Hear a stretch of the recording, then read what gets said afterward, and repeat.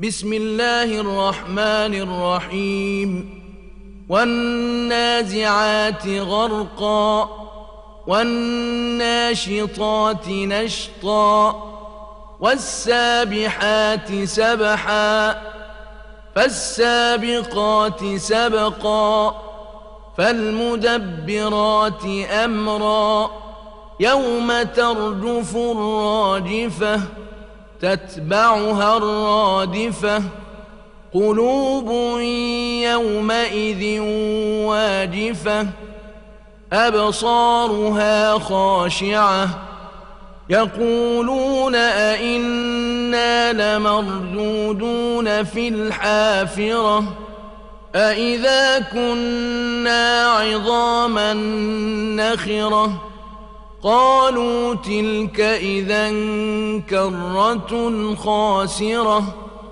فإنما هي زجرة واحدة فإذا هم بالساهرة.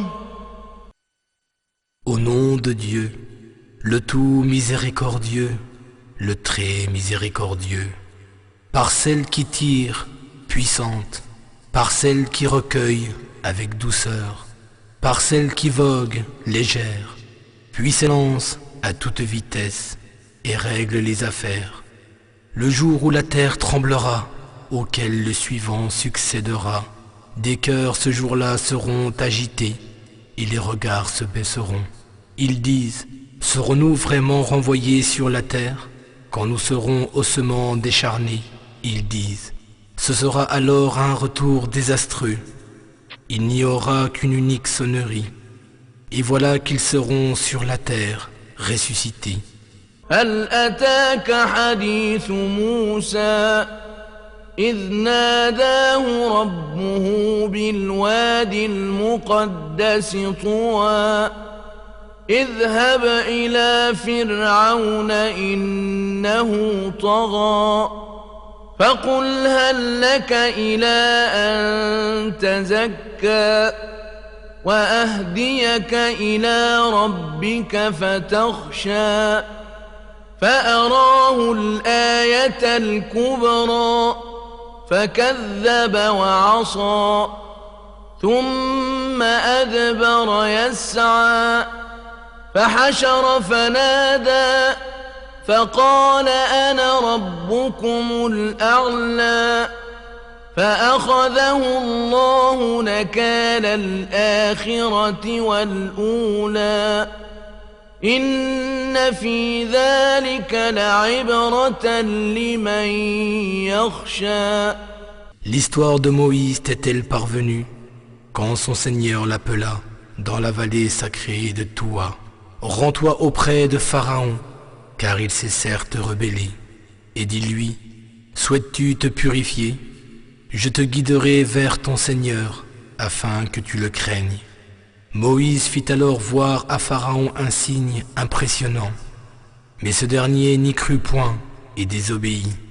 Puis, tournant rapidement le dos, il alla rassembler ses gens et proclama, « C'est moi votre Seigneur, le Très-Haut. » Alors Dieu le saisit et en fit un exemple pour l'au-delà, comme pour le monde d'ici-bas. Certes, il y a en cela une leçon pour celui qui craint Dieu. أأنتم أشد خلقا أم السماء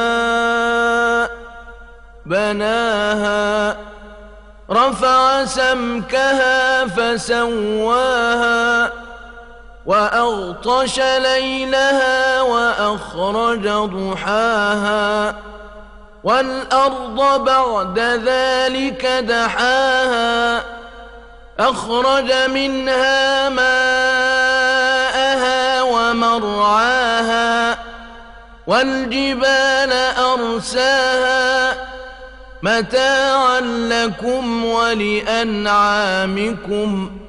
Seriez-vous plus difficile à créer que le ciel? C'est pourtant Dieu qui l'a construit. Puis il en a élevé bien haut la voûte et l'a parfaitement agencée. Il en a ensuite assombri la nuit et en a fait luire le jour.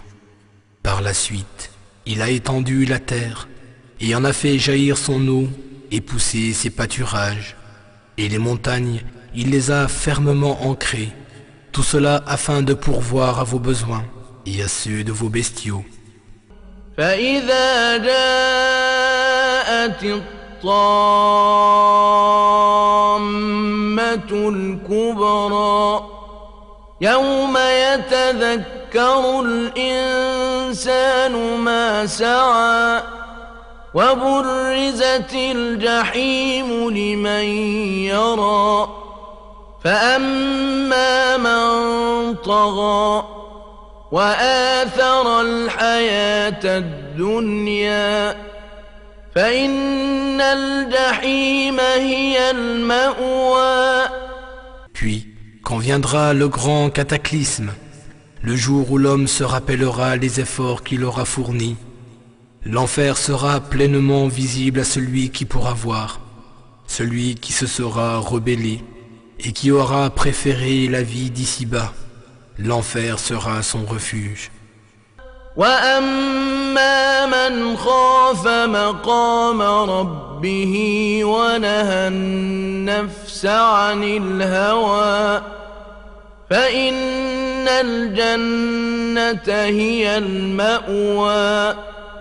يسألونك عن الساعة أيان مرساها فيما أنت من ذكراها إلى ربك منتهاها إنما أنت منذر من يخشاها كأنهم يوم يرونها لم يلبثوا إلا عشية أو ضحاها.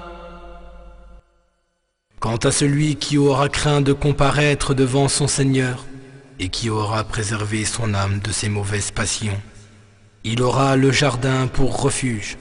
Il t'interroge au sujet de l'heure. Quand viendra-t-elle? Comment pourrais-tu leur dire? Son terme n'est connu que de ton Seigneur, tandis que tu n'es là que pour avertir ceux qui la redoutent.